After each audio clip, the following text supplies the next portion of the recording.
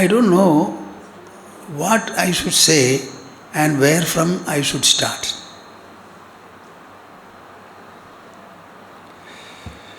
I was born in a village, a very typical village. In the village, there were 18 Brahmin houses and 2 warrior houses. All of them were in a cluster.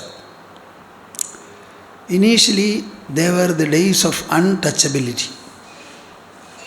So, nobody belonging to the lower groups would pass through this 18 house cluster.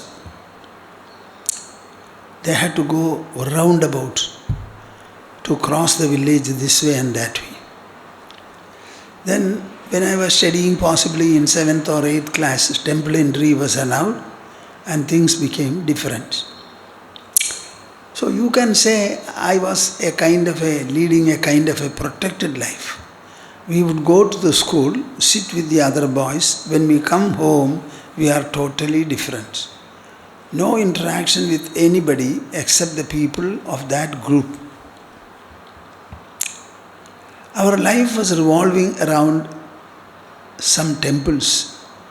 One is a Devi temple main, another is Ayyappa, a third is a Shiva temple, and a little away a Mahavishnu temple. The distant temple we would not go every day. Very rarely we visit. But the other 3 temples are in a cluster almost. We did not have any playground. So we used to use the temple lawn itself as our playground. But by about 5:30 you will find all of us stop our play, we go to the temple tank, take bath and come very fresh to sit in the mandapam and start praying. Praying means reciting various hymns. The primary hymn being Vishnu Sahasranama. There were many devotional traditions. Some of them we were observing. So I grew with the so-called rural and religious traditions. In that tradition, there was no big place for a guru. There is all place for God. But very rarely I heard or I was told about anything like a guru for one's own religious or spiritual progress. Religion and devotion were talked of very much, but not certainly spirituality.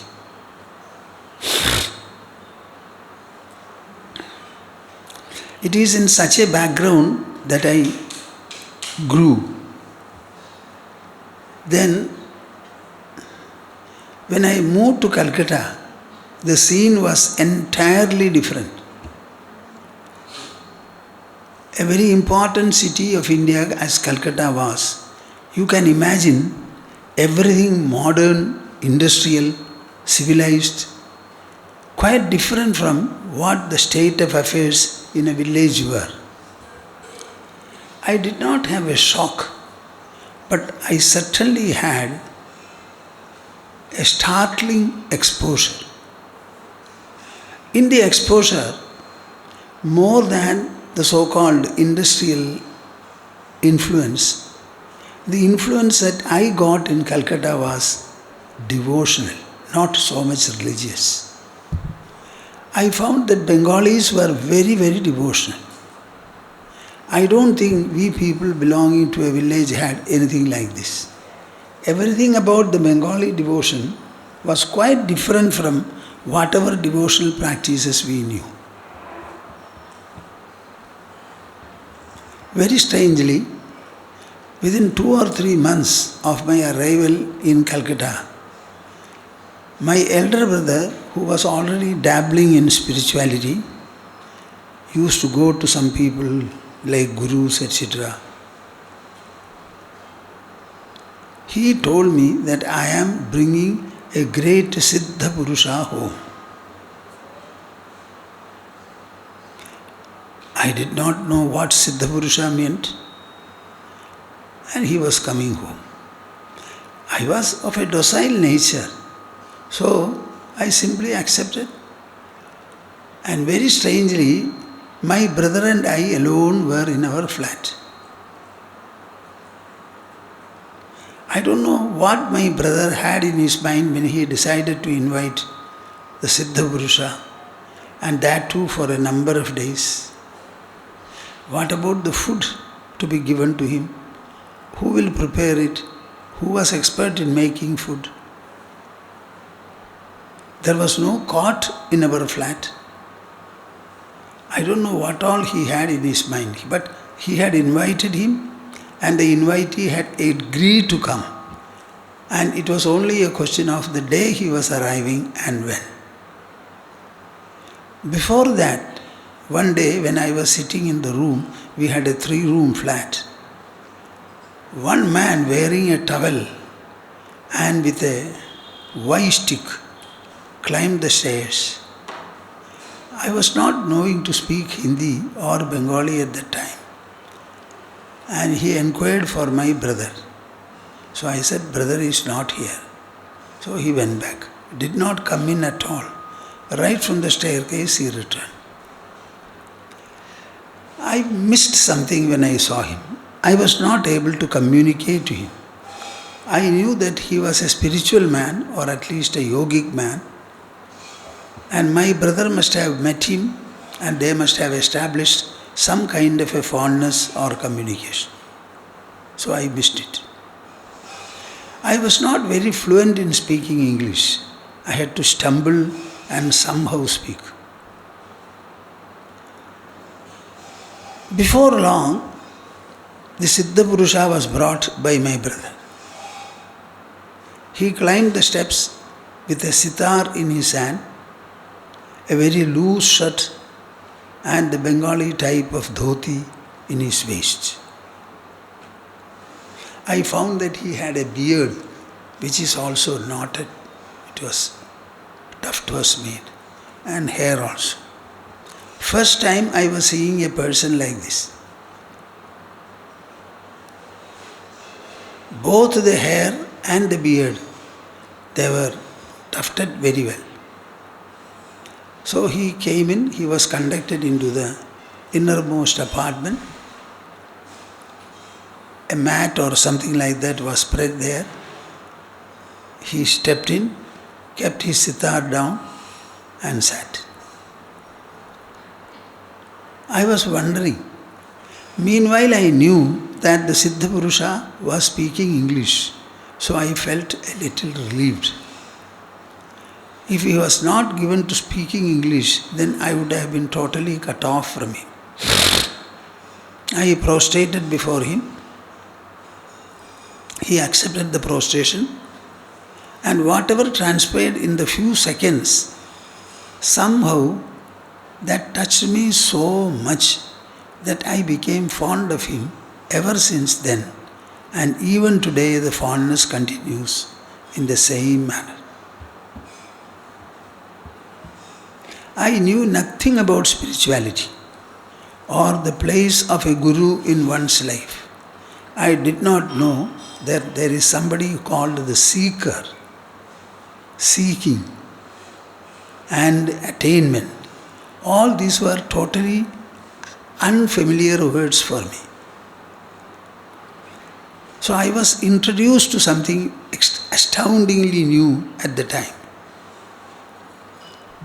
Because he stayed in the flat for a few days, there was occasion for me to observe him, to know many things.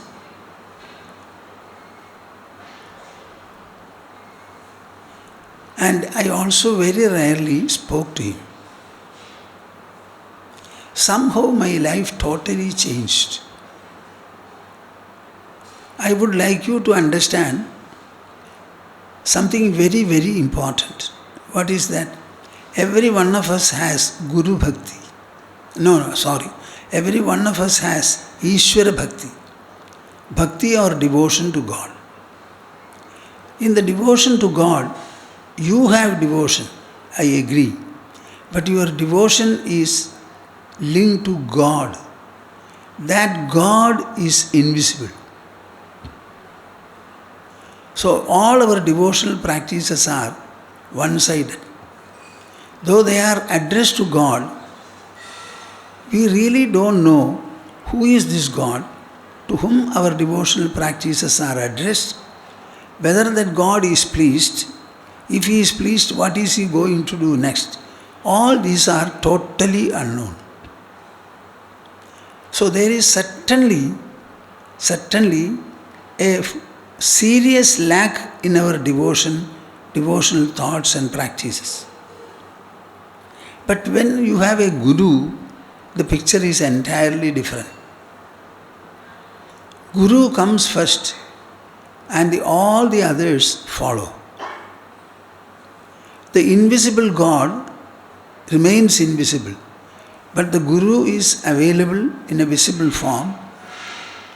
You can see him, talk to him, hear him, discuss matters with him, look for directions he will give, raise questions. Anything can be done with the Guru.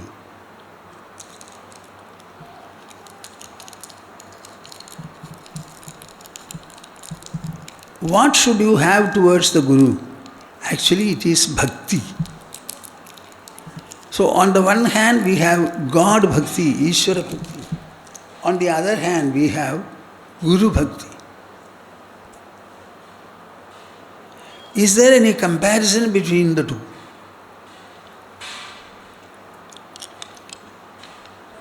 If there is a comparison, what is the comparison? This is a very complex, subtle subject, and you can conduct research into any number of lives. But I feel I have something to say about it.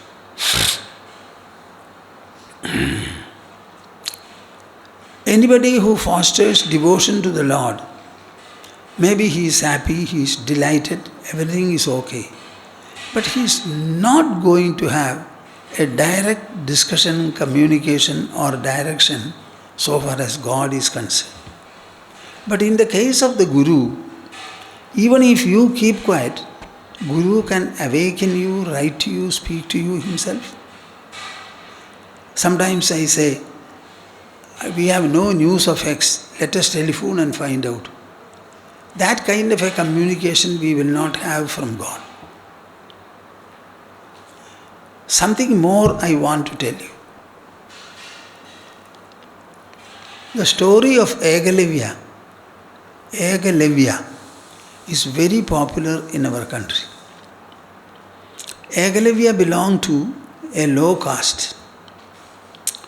He went to Dronacharya to become a disciple and to be taught by Dronacharya. The subject he wanted to learn was dangerous.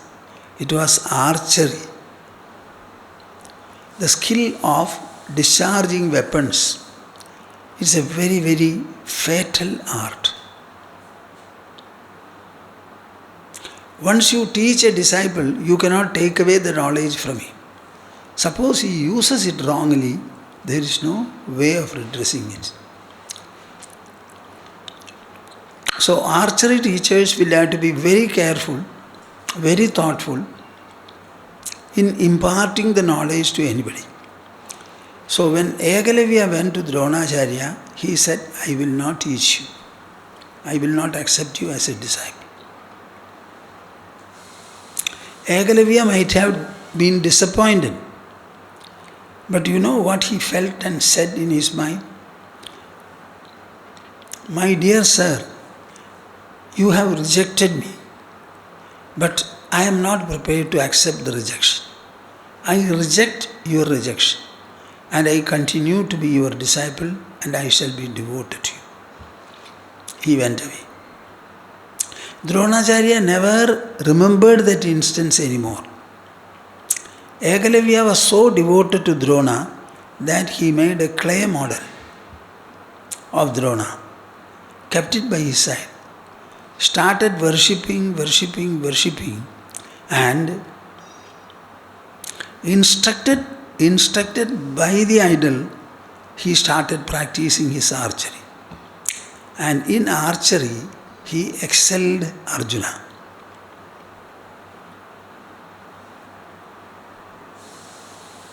Arjuna found that Ekalavya was discharging 5 weapons at the same time from the same bow, and all the 5 hit their respective targets. A skill Arjuna did not have.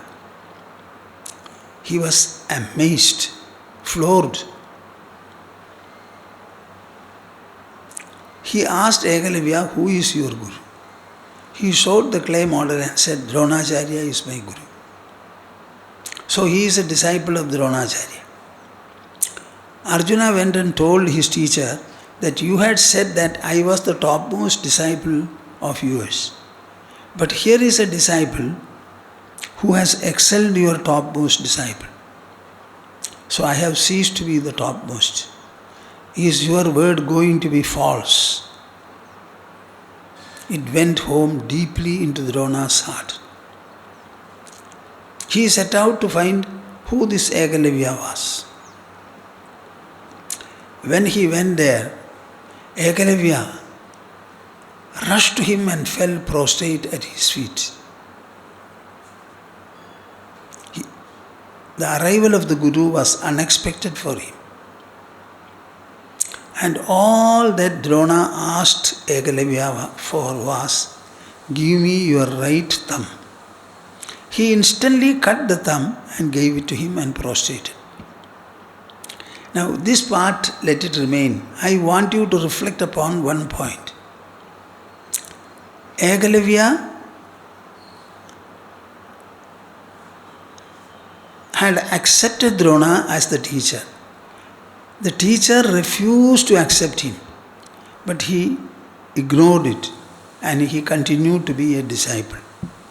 Without the knowledge of Drona that there is a disciple called Ekalavya, Ekalavya went on practicing and practicing on the basis of his devotion to Dronacharya, and he excelled Arjuna. You tell me, which is superior now? Is Guru Bhakti superior or Ishvara Bhakti superior? It's a riddle for you to answer.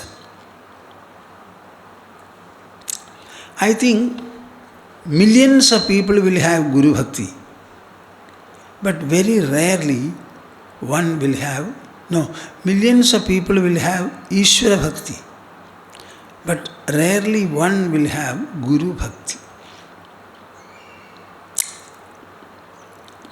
In the case of Guru Bhakti, there are challenges. Guru being a man, he may have some likes and dislikes. Everybody has. The Shishya also will have likes and dislikes. When the likes and dislikes cross, how will the disciple manage and how will the Guru manage? This becomes a very serious art and skill. In spite of personal differences, difficulties also, the Shishya must continue with his Guru Bhakti untarnished, unreduced. There lies the challenge. The ego has to be effaced in the disciple. That ego effacement is a challenge before everyone. What is ego and what is ego effacement is something very, very, very serious for people to think about, understand and resolve. All these things I am telling you now. But when I saw my Gurudev and I accepted him as Gurudev and was looking to him for instruction, etc., I was not able to think in this manner. I had heard about Ekalavya, but I would not have been able to explain it in the manner I do now. So I accepted my Baba as my Gurudev.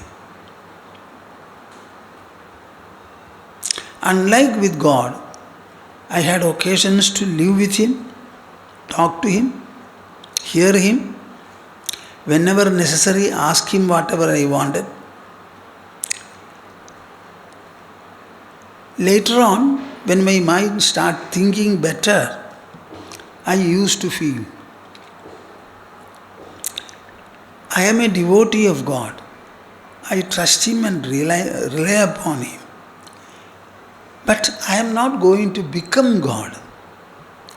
I only want, if at all, to become a God-realized person. So God is not my focus. My focus is a God-realized person. And that is what I found in my Baba. So Baba became dearer, truer, and a better goal for me. We are not going to become God, become impersonal. We continue to live for a few decades. And in the few decades, maximum we can propose to be a God-realized person. If that is so, what I want to know is a God-realized person and all details, as many details as possible about him. Going to Baba, sitting close to him, hearing him, talking to him, seeing him in various actions, having food, having rest, having his bath. Very rarely he spoke to other people, so that also, all these I could see personally. One day I asked him, I had read the biography of Ramakrishna Dev. To some extent I knew Ramakrishna Dev and his disciples, Sharada Devi also. I also happened to read Swami Vivekananda's all the 8 volumes and biography. So one day I asked him, Baba, Ramakrishna Dev used to say he was very happy with the 12 disciples he had, and all of them were renunciates, ascetic people. We are not that many in number before you. We are very few, 2, 3 or 4. Are you happy like Ramakrishna Dev was with your disciples, a small number? So he told me, I am extremely happy. I don't want anybody or anything more. I am extremely happy. One day he said, all of you are associated with me. Those of you who are fond of me and rely upon me and feel close to me, you will have a treasure with you. You will know about the treasure in the years to come.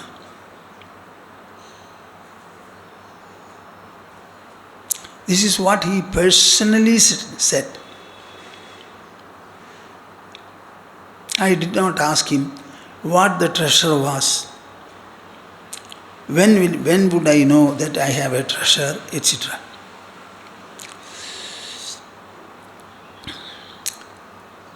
Difficulties in life, problems in life, whatever problems we had, my brother sometimes used to speak a little, according to me, unpleasantly and a little tauntingly.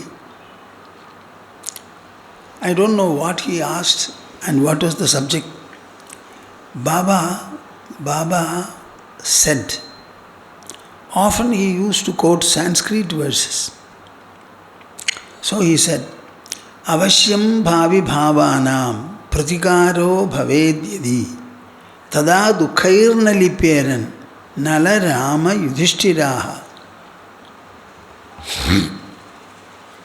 Avashyam bhavi bhavanam pratikaro bhavedyadi. In the course of life, there are some developments which are certainly to be. Everyone has a course of life, and it is different from the courses of others. In that course of life, there are some developments which are definite and unalterable.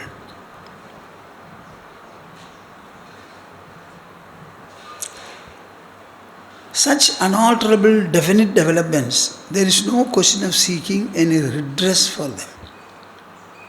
You may not be able to redress. I don't want to list what can be the developments. You think. You may have a disharmonious married partner.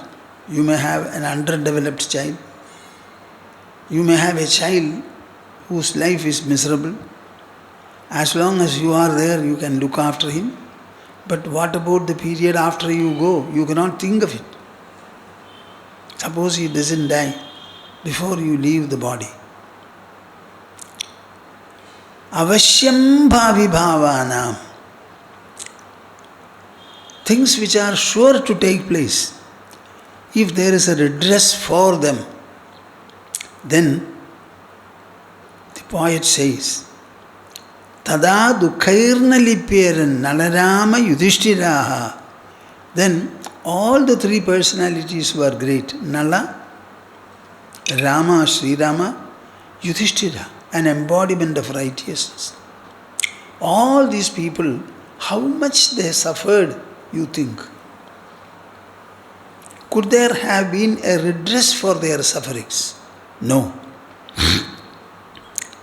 So whenever you have something strange or unpleasant in life, don't spend any time thinking about it, why I had it, I should not have had, why is God unkind, etc.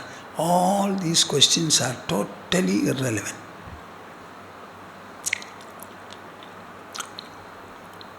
Maybe you are going to be nourished and enriched by this period, by that spell.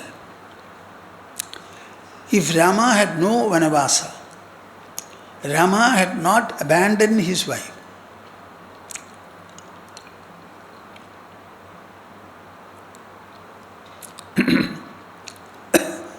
do you think Valmiki would have written about his life?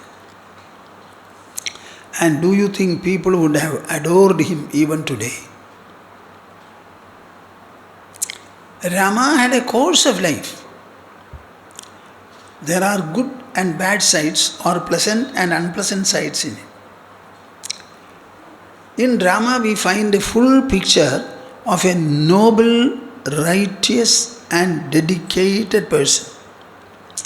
And he was not a nobody, very courageous, very valorous, very adventurous,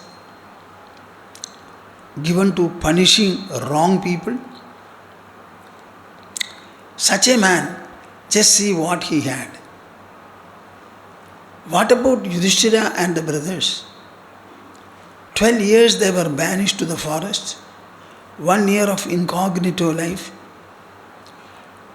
Duryodhana wanted them to be burned in a wax palace. They escaped it. After escaping from it, walking during night, keeping Kunti the mother on his shoulder, Bhima, where all they went and what all difficulties they underwent, until they landed in Drupada's palace and Arjuna took the bow and hit the target. People were wondering who they were because they went there as Brahmanas. Then finally Drupada understood, Yudhishthira disclosed who they were. Until then, the privations and sufferings they underwent. Why don't you read? Avashyam bhavi bhavanam pradikaro bhavedyadi tada dukhairna lipyeran nalarama yudhishthiraha. This is only a verse that he uttered to me. Only one verse. That got into my mind and it has shaped a culture, a refinement, an enlightenment, a harmony, a kind of a beautiful reconciliation in my mind. Suppose I had read it from a book, the impact would not have been there so much. He said this verse in connection with some kind of a discussion that my brother and I, we were making perhaps. I can quote to you other instances also, but I am not going to do, only this much I wanted to say. So there is a great difference between Ishvara Bhakti and Guru Bhakti. All of you are fortunate if you have Guru Bhakti in you. This Guru Bhakti is yours, it is not of the Guru. You have Bhakti for the Guru. That Bhakti, whenever it rewards you, the reward comes from your Guru Bhakti, your Guru Bhakti, your Guru Bhakti.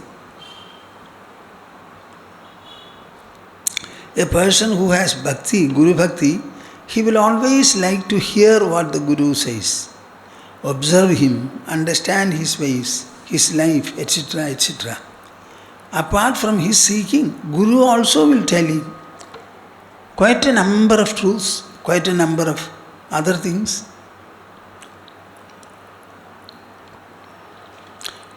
Bruyuhu snigdhasya shishyasya.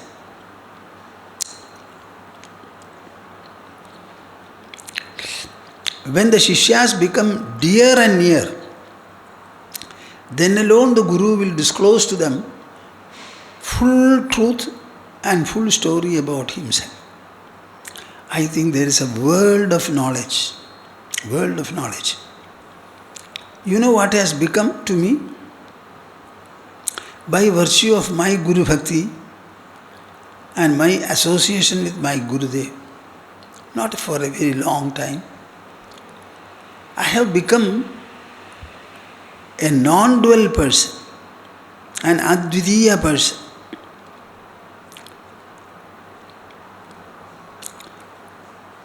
What is the source for it? The source is the knowledge, the exposure, the confidence, the realization that I have had. I think this is what I have to tell you. Remember always Ekalavya and his Guru Bhakti. And when Dronacharya asked for his thumb, he simply cut it and gave. People will go on debating, Drona was not right in demanding it. After getting the thumb, Drona felt still sympathy and kindness for him. So he taught Ekalavya the science of using these 4 fingers alone and discharge arrows. Drona knew it well. So he taught him the whole science. Hari Om Tats. Jai Guru. Jai Guru. Jai Guru.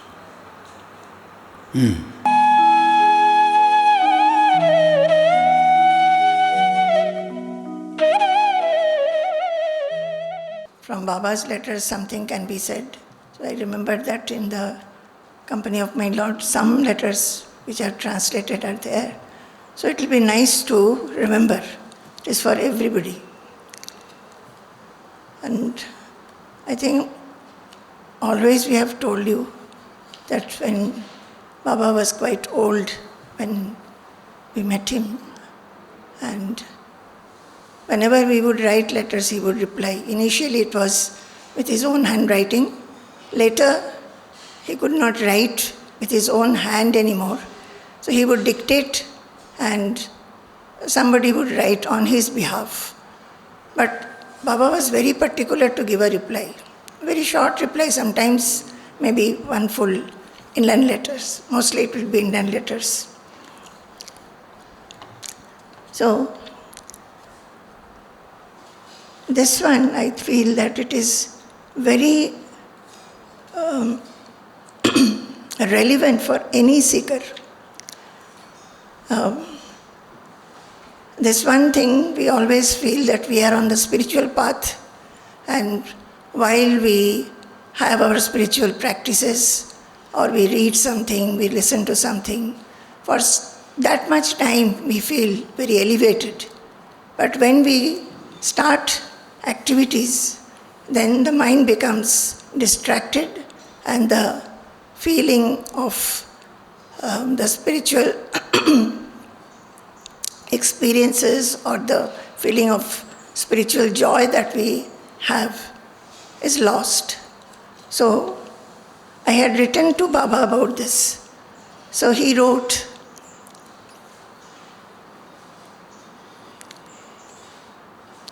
I written that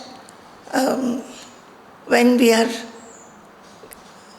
in the midst of activities, at that time we were in the household and I was working also. So wrote that the mind gets distracted, there is disappointment. So Baba wrote, do not be disappointed. Everything is going on all right.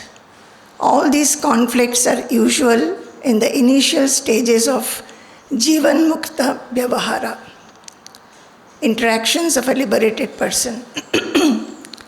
Do all that is necessary in the world without any inhibition or fear. Enjoy everything as bestowed by Him. Objects of enjoyment give enjoyment, but that enjoyment can be of two kinds. One which brings happiness and the other that brings unhappiness. There are people who weep even while taking delicious food. Again, there are others who live happily on puffed rice full of husk. There are men who enjoy the happiness of living in a palace while sitting under a tree. And there are others who, remaining in a palace, spend their day in weeping and lamenting. When the duties of life are performed with vichara, introspection, it will certainly bring happiness. Then, again, I might have written something. He is replying, I am happy to receive your letter written on the occasion of Guru Purnima.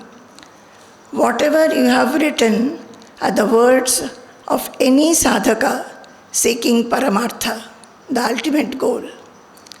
I know what your true aim is, but it takes time to reach that. You are quite on the right path. I have my watch on it. Think of the effortless dead body floating on the sea. The waves of the sea sometimes drown it and sometimes push it afloat. Such are also the waves of this samsara world. Those who swim against the tide have to suffer more. Difficulty is less for those who float with the tide. In this world, one has to pass through both high and low tides. A jnani, wise, experiences ananda, bliss, even while coursing through sufferings. But an ajnani, ignorant, is not able to do that. There lies the difference. Keep on doing the remaining useless work with all sincerity. What you think useless is not useless indeed.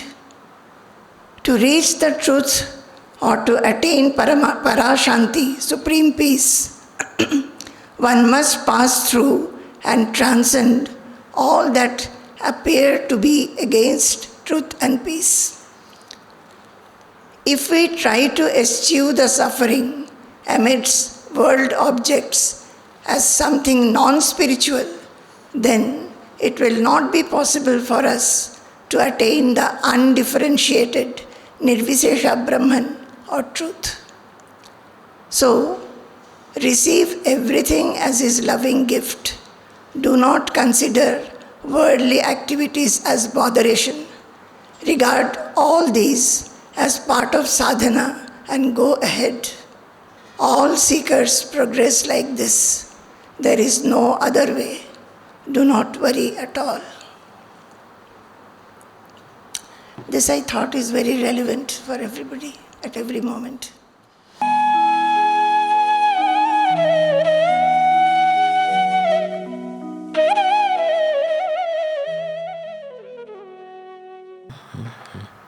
See, every year we are saying something, sometimes the same thing also.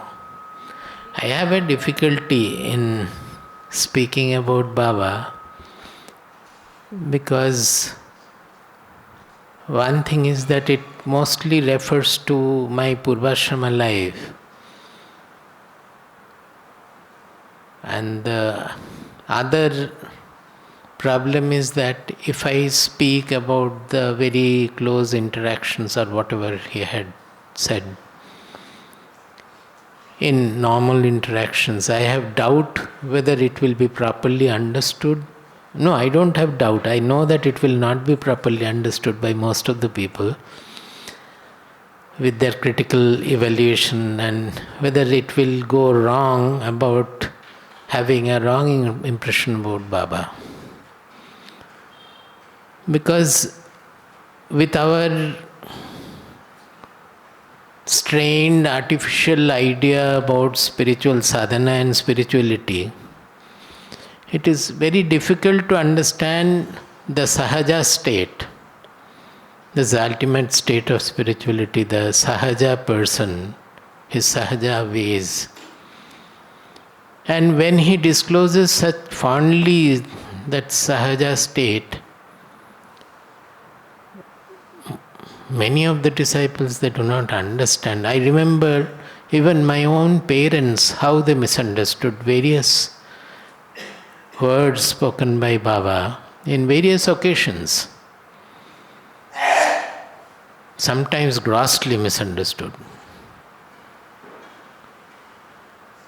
So, generally I don't speak about those things, and I will not speak also mostly. Maybe sometimes, or I have already written in the diary, it will be remaining there. But Baba, I remember some of his statements, we quote about it also, various important statements. They are written in the diary also, and in Ma's book also. But more than his statements, I always have felt that it is his existence that has worked on, at least on me. It is more of his being there than any of the words he spoke about.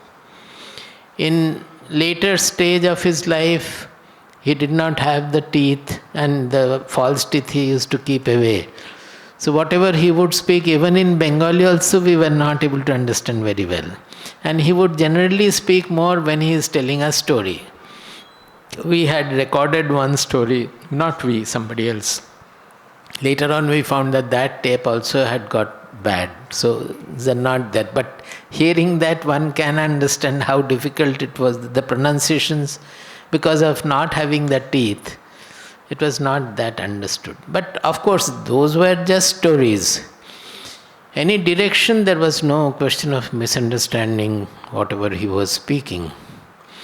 But to me, it always mattered that his existence, that has worked in every aspect of my life, whatever I needed or so. To the extent that if we ask any question, he will say that let a few days pass or let some time pass, I will teach you or I will explain to you. I will, in Bengali, tomake bujhiye debo. And I knew that he is not going to explain me in words. This was his standard way. I will explain to you means you will have the experience and you will know what it is. It was a very strange way of teaching of a guru, and it happened like that every time as a proof. Our lives are the proofs for that.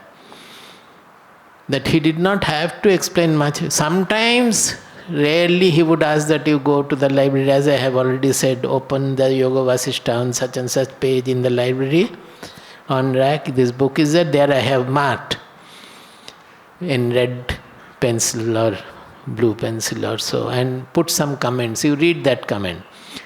those were not directly about our sadhana, but about the life of a knower, life of a Jivan Mukta. What should be? Those remarks are there. That Yoga Vasishtha book still I have with me here. It's the moment I open it, the pages they break apart. Sometimes when Swamiji is writing SIR, some shlokas I have a little difficulty because the English translations of Yoga Vasishtha, what we have, they are not very good. So we have to consult that book. But every time I open or try to consult, the pages simply become powdered.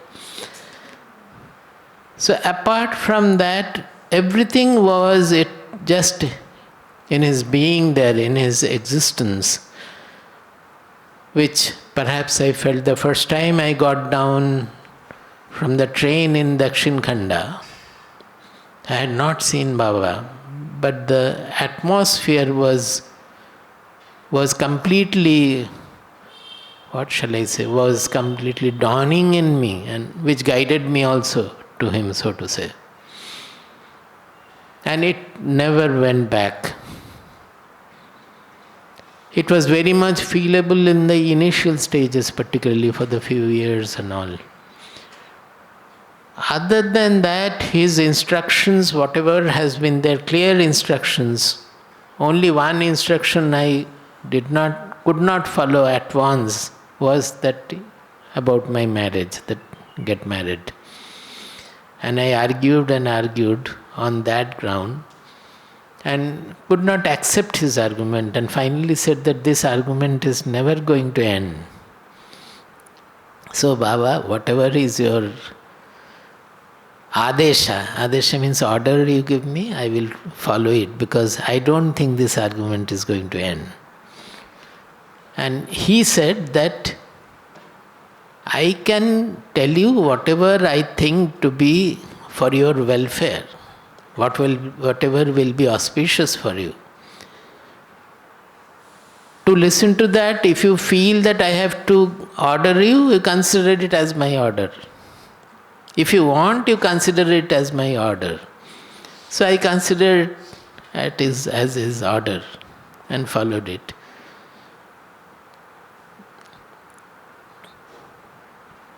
I think that was the only time where I failed.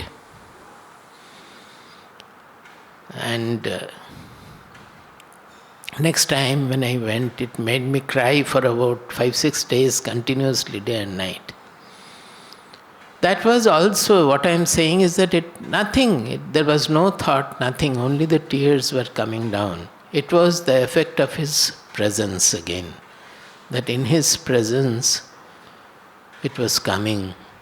It is like that. So today I did not think of speaking anything, but when you asked, I thought that I have never spoken about this presence, which is very, very important. We have not listened to Bhagavad Gita lecture or Upanishadic lecture from Baba. What you have got is this effect of the direct presence of a Mahatma. I don't think we have ever heard any interpretations or anything. Sometimes, rarely, in explaining something, he would say 1 or 2 verses or like that. But rest of it is all an effect of the direct presence. Today, particularly, I remembered, because from yesterday Ma had been trying that Baba was very fond of Rasgulla. So, can we not offer some Rasgulla to Baba on that birthday? So they went on ransacking the internet, finding out how it can be got, what are the shops in Tricur. Our Krishnarag was everything, he is the person. So Krishnarag was enquiring one after another. We were not getting very much successful. Finally, he said that one Bengali shop is there, but they won't have so many Rasgullas. I said, Krishnarag, we don't know of the shops at all. Where it is in East Fort or somewhere. You go a little early today, and if the Rasgullas are there, please eat one. First of all, you see whether the shop is clean. We can purchase from there or not. That idea you have. If you are happy with that, eat one, and then you call me from there. So Krishnarag ate one and he liked it very much. He called, but that was not giving any solution because I wanted to speak to the person in the shop, a Bengali person. It's a Bengali shop. So when I asked him, he said, if you want 100 Rasgullas, you have to order me at least 2 days before, because all these come from Ernakulam and it is kept in fridge. We cannot make here. It has to come, and we cannot preserve also outside the fridge. I said, the Rasgulla in fridge also never preserved like this. What kind of Rasgulla you are making? Is it very thick syrup or so? He said, no, it is not a Kolkata Rasgulla. It is something else. What other Rasgulla they have? So then Ma and me, we discussed with, I think Namrata also something happened. So it's a big project. So finally we asked the boy, that tomorrow morning how many will be there? When does it come? The supply comes at 2 o'clock or so it won't work. So tomorrow morning when Krishnarag comes to the ashram, how many will be there? Because we don't want him to buy and keep at home also. That against our ashram practice. So he said that now we have 20. If nobody buys anything, then 20 will be there. I don't know what Krishnarag did, but today morning he arrived with 20 Rasgullas. So we will take small pieces as Baba offering to Baba. We thought that we will take small pieces. But seeing that, we felt that it's a very good Rasgulla. And it reminded me of the Rasgulla I had taken first time for Baba. Exactly similar looking.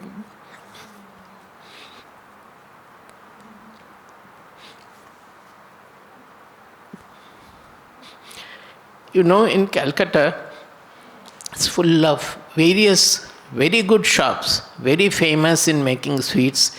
Each shop has got its own reputation.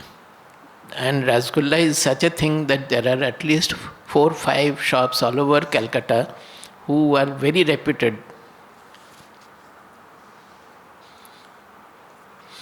So the first time when I asked Baba, what shall I bring for you from Calcutta? He said, you don't have to bring anything. And he said, but if you can get good Rasgulla, in our village good Rasgullas are not available. They are all thick syrup.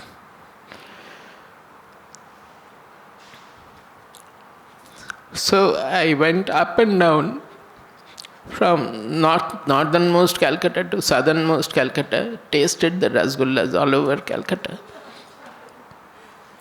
And then finally, we have to get the train from Shialda station. And close to that, there was a very old, famous shop also. So I went there and found that that is the Rasgulla Baba will like, perhaps. So those days they were given in a Mrit Patra, a handi, and a Tukaite Kondu Poam, earthen pot. That even now also they might, but now all have got modernized plastic and all they are using it. As long as we were there, it was all earthen pot only. We'll make a sling. To carry also. So I went to Dakshin Khanda with not the first time. First time I had gone in search of Baba. I did not know anything. Next time when I went, I got it from the shop name also I have forgotten now. We got that Rasgulla and taken it for him. So immediately the scene came that I am carrying the Rasgulla, sitting in the train and walking through the village. About 3-4 kilometers we had to walk. So walking through the field, carrying the Rasgulla and enjoying that Baba's presence. So that reminded me that I should speak about that presence. Okay. I came to know of Baba when I was in Delhi, doing my research and all that. So I had also come to know that Baba likes Rasgulla very much. So I think the first letter, what I wrote to Baba, introducing myself and what I wanted to know, that was in the month of June. And August is my birthday. So I had a great wish that I would send some Rasgulla to Baba. How to send it? So 10 Rasgullas are there. So through somebody in Calcutta, made arrangement to send Rasgulla to Baba. And Baba had written back that your Rasgulla has arrived and we are all enjoying it.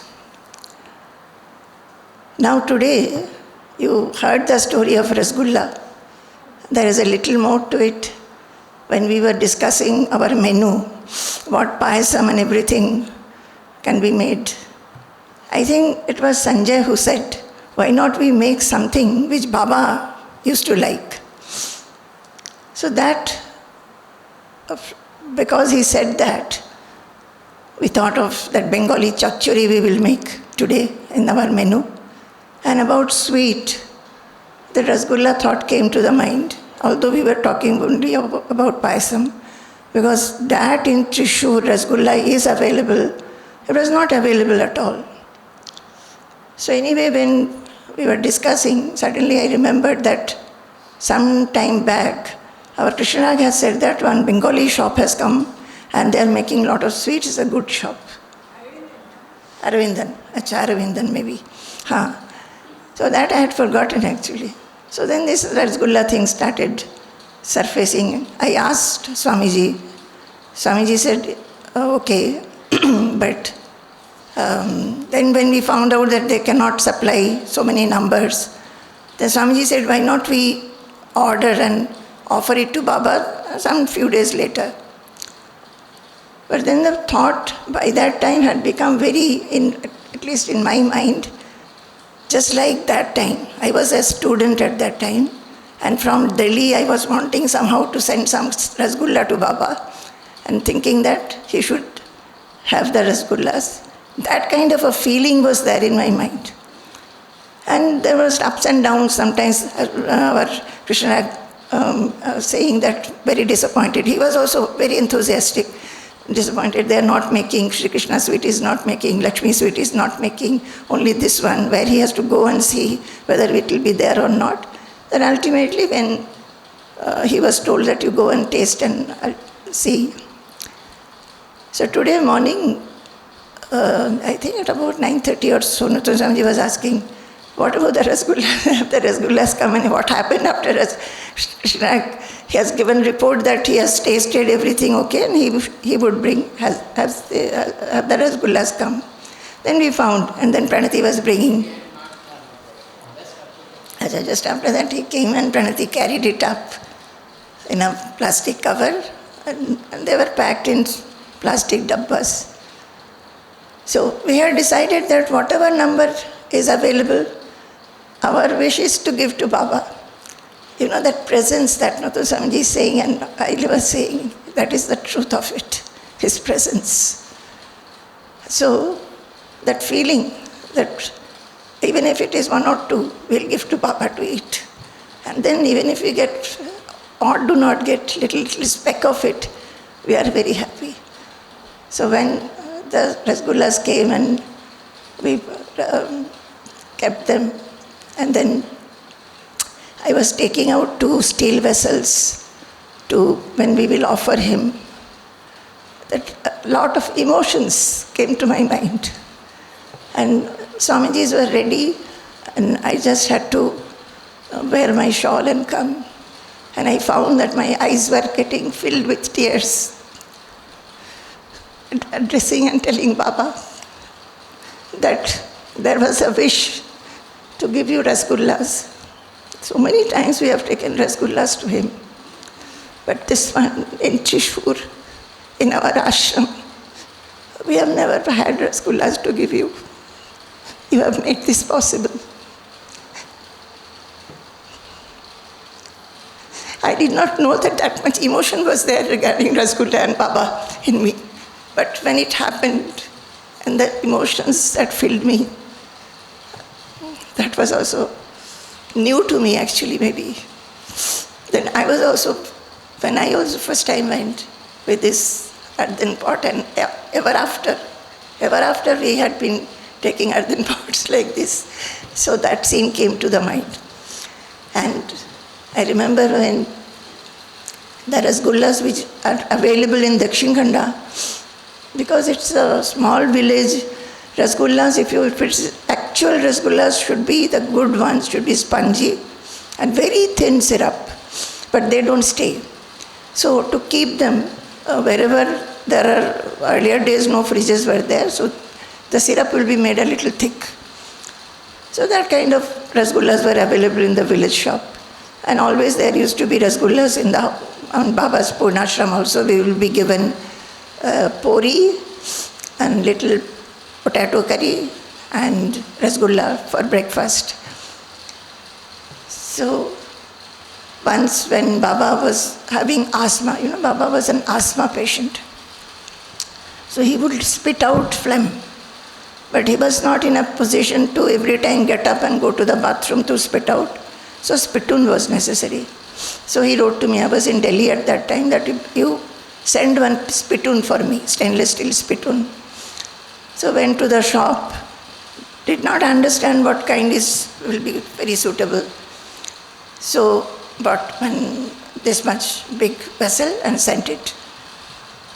Then he came the letter. Your vessel is very good, but it is quite big. Your ma is using it for keeping Rasgullas. So ma is using it. So again we went and bought another one. So this one is good, but ma is using it for keeping water. So then I was writing my thesis at that time, so I forgot all about Baba's spittoon. So much I was into writing my thesis. Then came one reprimanding letter. What kind of a shishya you are? I am asking for a spittoon and you are not sending. So again went to what happened to my spittoon? So we went to Karol Bagh, I remember. Karol Bagh, and ransacked many stainless steel shops, and this time actually what we sent is a steel dabba that we are giving in sugar, sugar pot that other day I sent below. That only, but the lid is very easily openable. Very good spittoon you have sent, and that was there till the end. And I think I have told this story earlier also. He was upstairs, and everybody else will be downstairs. Even if he wanted something, no way to call them. So Narayanashrama Swamiji put a calling bell. Electricity was very poor at that time, but still it would be there at times. So Narayanashrama Swamiji had put a calling bell which he could press, and the bell was below. Bell will ring in the kitchen so that at least Ma will be able to hear. Baba used to lie on that, his asan, Royal Bengal Tiger asan. So next time when Narayanashrama Swamiji went, Ma was saying, "Tumi ki korecho Baba?" Baba সারাক্ষণ খালি bell টিপছেন আর আমি দৌড়ে দৌড়ে উপরে গিয়ে বলছেন কিছু না এমনি টিপছি।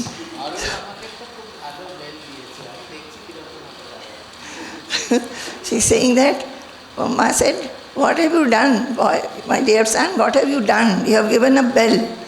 And on and off the bell is ringing, and Ma goes, "Hari bari," she will go on, and then he says, "He has given me a bell, I am seeing how it works." That's all.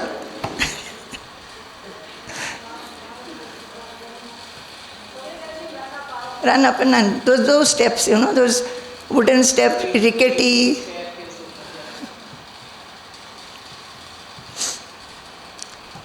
So, okay. We can offer the Rasgullas now. But he always used to say that if your devotion is right, you will get the right thing.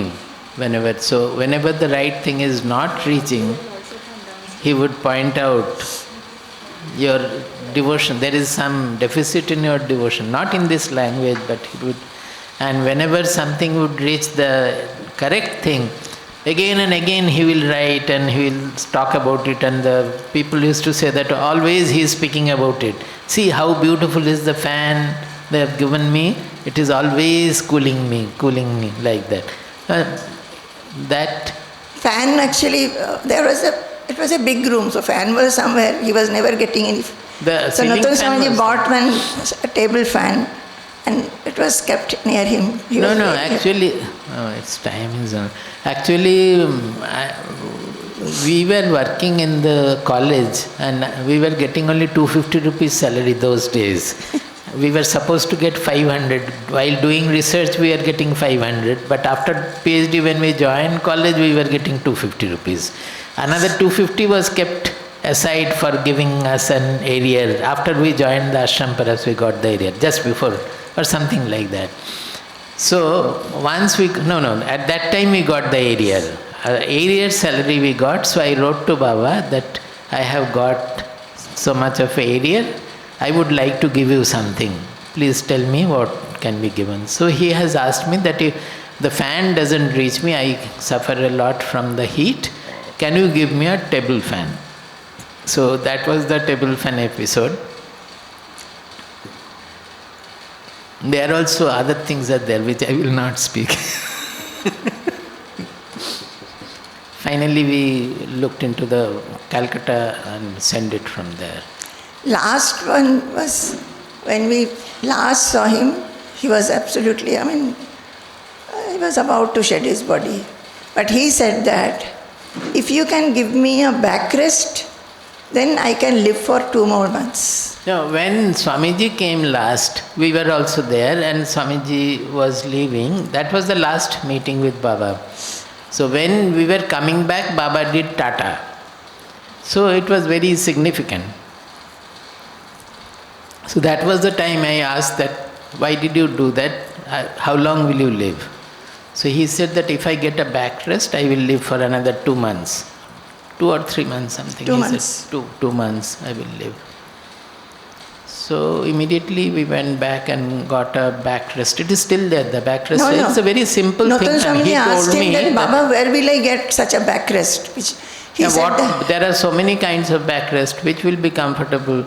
Then he said that you go to the military hospital. On the 3rd floor of the military hospital, you will find all the people who had lost their spine and so many things of AIDS, section. orthopedic department. You see there and you will find whatever to be got. So I went to to that military hospital and went up. They allowed, generally they don't allow, they simply allowed. They asked me, why are you going? I told that this is my guru, and he said that come here and see. He allowed me. So from there I got the address where from it will be available, and got the material and sent that day itself after coming back. So after getting that, he was also saying that it has been very good. no, and he lived only 2 months. He was very, he lived for 2 months only.